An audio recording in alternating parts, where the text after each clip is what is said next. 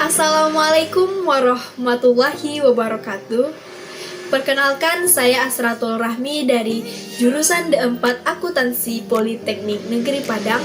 Di sini saya akan menjelaskan tentang akuntansi manajemen dan saya mengambil sumbernya dari buku Handsome Moment edit buku satunya yang edisi 8. Baiklah, materi yang pertama yang akan saya jelaskan yaitu desentralisasi, sentralisasi, dan alasan dipilihnya desentralisasi. Sentralisasi adalah keputusan yang dibuat pada tingkat manajemen puncak dan manajer pada tingkat yang lebih rendah bertanggung jawab atas mengimplementasikan keputusan tersebut. Dan yang kedua yaitu desentralisasi. Desentralisasi adalah memperkenankan manajer pada tingkat yang lebih rendah untuk membuat keputusan dan mengimplementasikan keputusan penting dengan wilayah pertanggungjawabannya. Itu alasan mengapa dipilihnya desentralisasi daripada sentralisasi. Yang pertama yaitu untuk mempermudah pengumpulan dan penggunaan informasi lokal, terus memfokuskan manajemen pusat. Terus selanjutnya yaitu untuk melatih dan memotivasi para manajer segmen. Terus meningkatkan daya saing serta untuk membuka segmen-segmen ke berbagai kekuatan pasar. Oke, materi yang kedua yaitu tentang akuntansi pertanggungjawaban. Di sini saya akan menjelaskan pengertian dari akuntansi pertanggungjawaban. Akuntansi pertanggungjawaban adalah sistem yang mengukur berbagai hasil yang dicapai setiap pusat pertanggungjawaban, menuntut informasi yang dibutuhkan para manajer untuk mengoperasikan pusat pertanggungjawaban mereka. Dan materi yang ketiga yaitu jenis-jenis pusat pertanggungjawaban beserta contohnya. Di sini jenis yang pertama yaitu pusat biaya. Pusat biaya yaitu yang bertanggung jawab terhadap biayanya saja. Contohnya seperti departemen produksi. Dan jenis yang kedua yaitu pusat pendapatan. Pusat pendapatan yaitu yang bertanggung jawab terhadap biaya penjualan. Contohnya seperti departemen pemasaran, departemen penjualan gitu. Terus selanjutnya yang ketiga yaitu jenis pusat laba. Jenis pusat laba ini yaitu manajernya bertanggung jawab terhadap penjualan dan biaya. Contohnya seperti manajer pabrik. Nah, jenis yang terakhir yaitu pusat investasi. Di sini, manajernya bertanggung jawab terhadap penjualan biaya dan investasi modal. Contohnya seperti manajer pusat investasi. Baiklah, saya akan menjelaskan yaitu konsep dan perbedaan variable costing dan full costing.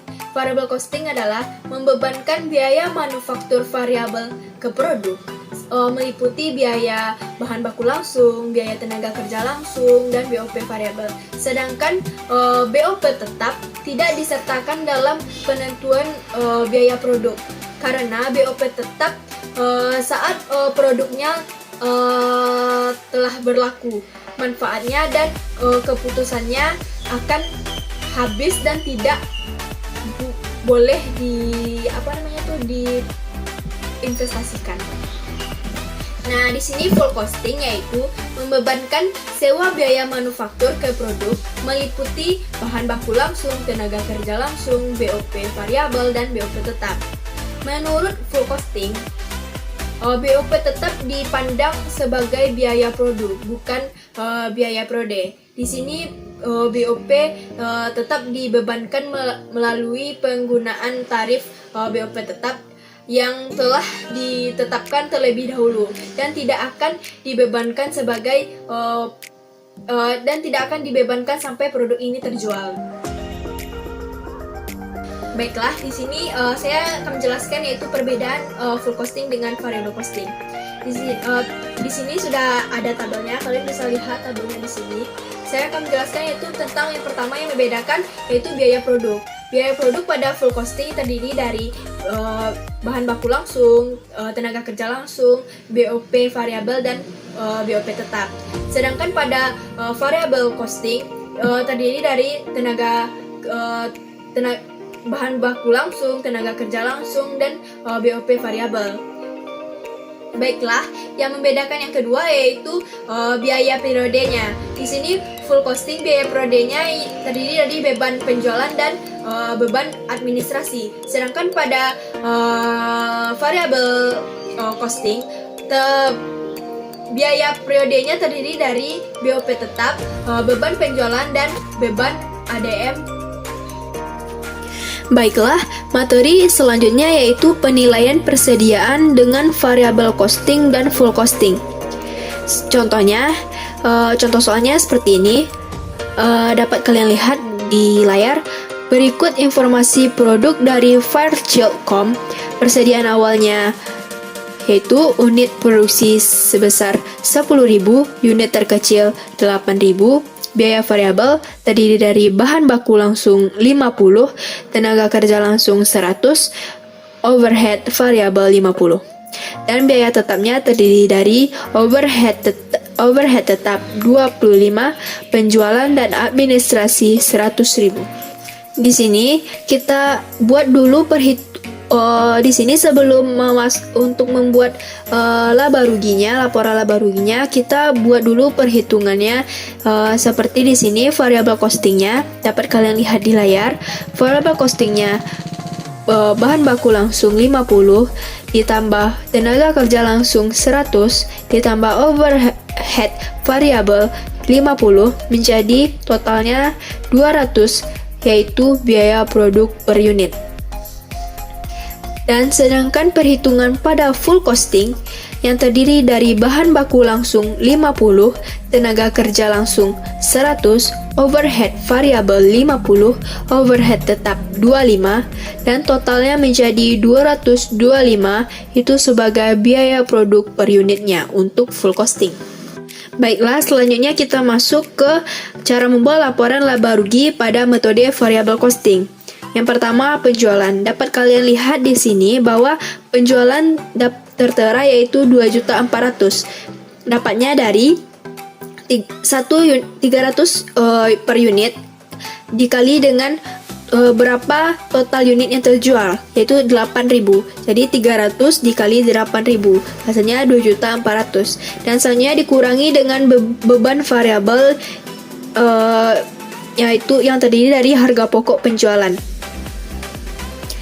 Cara mendapatkan harga pokok penjualan yaitu biaya produk per unit dikali unit penjualan, yaitu 200 dikali 8.000, hasilnya yaitu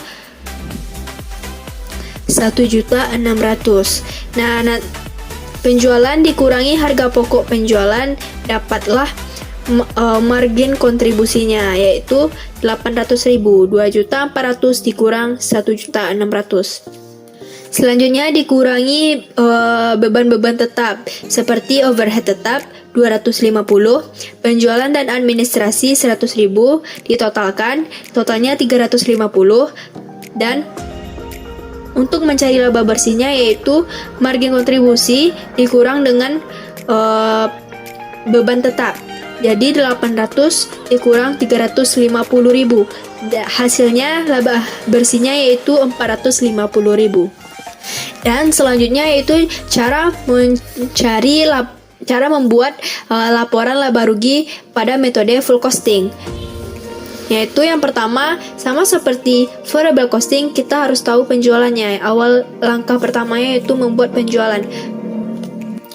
Dapat dilihat bahwa penjualannya yaitu 2.400.000. Caranya yaitu 300 dikali 8.000 dan dikurangi harga pokok penjualan.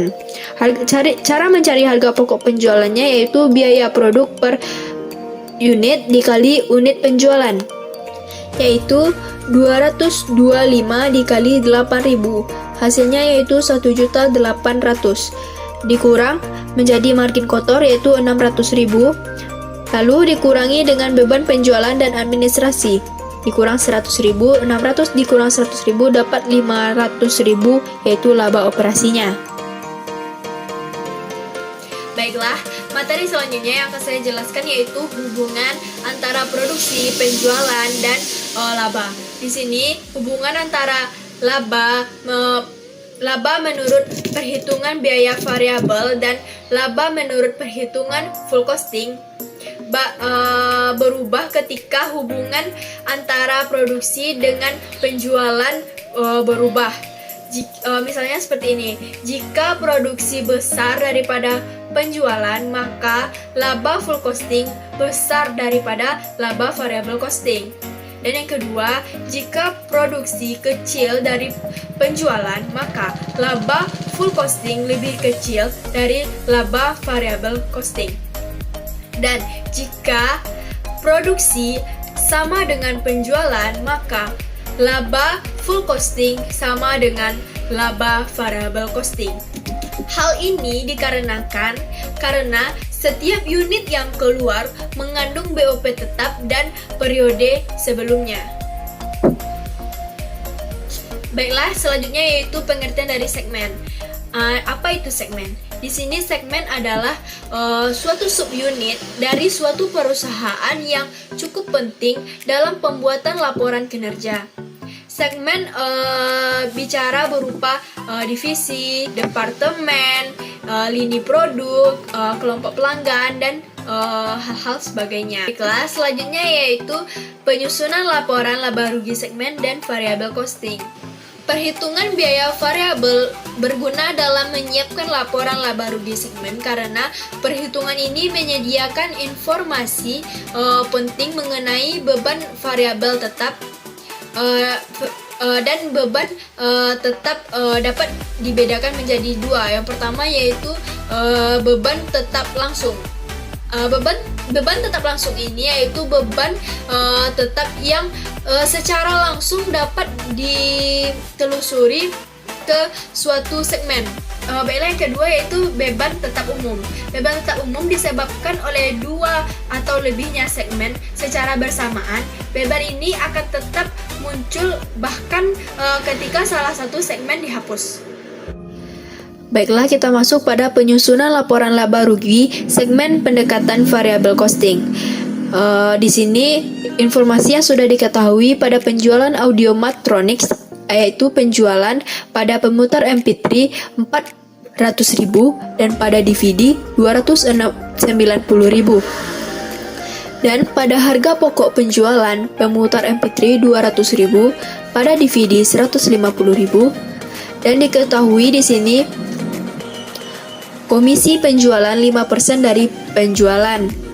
Nah, selanjutnya yang diketahui yaitu overhead tetap langsungnya pada pemutar MP3 30.000, pada DVD 20.000, pada beban penjualan dan administrasi langsung pemutar MP3 10.000, pada DVD 15.000. Di sini, overhead tetap umum untuk pabrik diperkirakan sebesar 100.000, beban penjualan dan administrasi umum diperkirakan sebesar 20.000. Oke, kita masuk pada laporan laba rugi segmennya. Di sini pada Audio Matrix, laporan laba ruginya yaitu penjualan pada pemutar MP3 400.000, pada DVD 290.000. 400 ditambah 290 menjadi 690.000. Dan pada harga pokok penjualan variabelnya dikurangi 200.000 dan pada DVD dikurangi 150.000. Dan selanjutnya beban penjualan variabelnya dikurangi 20.000 dan pada DVD dikurangi 14.500. Cara mencari beban penjualan variabel ini bisa kalian lihat yaitu persentase komisi penjualan dikali penjualan. Pada pemutar MP3 5% dikali 400.000 dan pada DVD 5% dikali 290.000. Sehingga penjualan dikurangi harga pokok penjualan variabel dikurangi penjualan variabel menjadi margin kontribusi, yaitu pada pemutar MP3 margin kontribusinya 180.000 dan pada DVD 125.500. Dan selanjutnya dikurangi beban tetap langsung terdiri dari overhead tetap langsung, yaitu pada pemutar MP3 30.000 dan pada DVD dikurangi 20.000. Dan selanjutnya yaitu dikurangi dengan penjualan dan administrasi langsung. Pada pemutar MP3 dikurangi 10.000 dan pada DVD dikurangi 15.000. Sehingga untuk mencari margin segmen yaitu margin kontribusi dikurangi dengan beban tetap langsung menjadi margin segmen, sehingga margin segmennya pada pemutar MP3 140.000 dan pada DVD 90.500. Selanjutnya dikurangi dengan beban tetap umum yang terdiri dari overhead tetap umum yaitu dikurangi 100.000 dan pada penjualan administrasi umum dikurangi 20.000. Dari total semua tadi yaitu 230.500 dikurangi 100.000 dikurangi 20.000, maka laba bersihnya menjadi 110.500. Baiklah, sekian dari saya, Asraturahmi. Mohon maaf jika ada kesalahan dalam penyampaian materi ini dan kata-kata yang tidak sesuai dengan tempatnya, karena kesempurnaan hanya milik Allah Subhanahu wa Ta'ala. Sekian dari saya. Assalamualaikum warahmatullahi wabarakatuh.